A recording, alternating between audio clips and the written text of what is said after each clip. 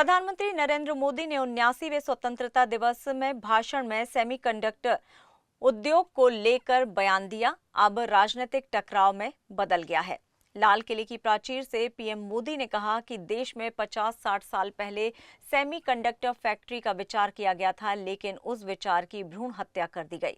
उन्होंने बिना नाम लिए पिछली सरकारों पर परोक्ष हमला किया और कहा कि उस समय फाइलें लटक गईं, जबकि आज कई देश इस तकनीक में महारत हासिल कर चुके हैं और बाजार पर राज कर रहे हैं।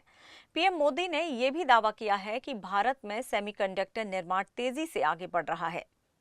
6 यूनिट्स निर्माणाधीन हैं, 4 नए प्रोजेक्ट्स को मंजूरी मिल चुकी है और साल के अंत तक मेड इन इंडिया चिप्स बाजार में उपलब्ध होगी।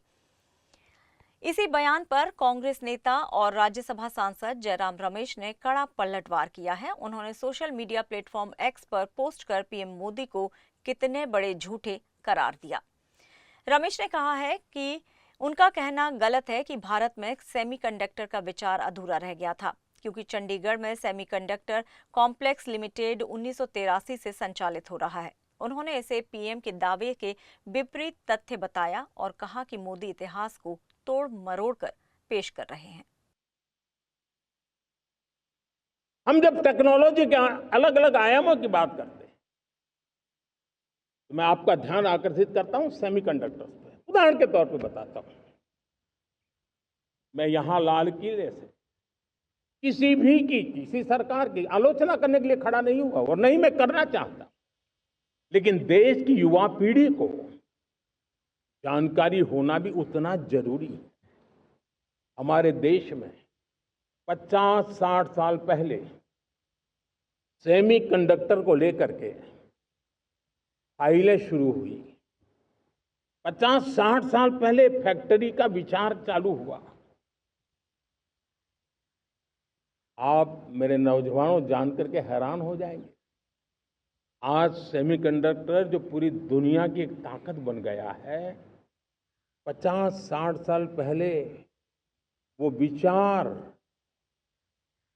वो फाइलें अटक गई, लटक गई, अटक गई।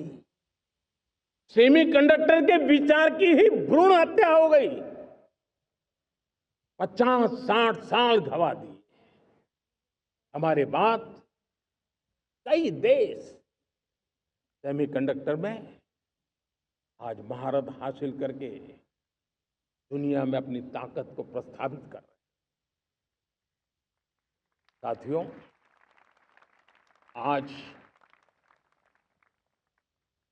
हमने उस बोझ से मुक्त होकर के मिशन मोड में सेमीकंडक्टर के काम को आगे बढ़ा है। 6 अलग अलग सेमीकंडक्टर के यूनिट्स जमीन पर उतर रहे हैं।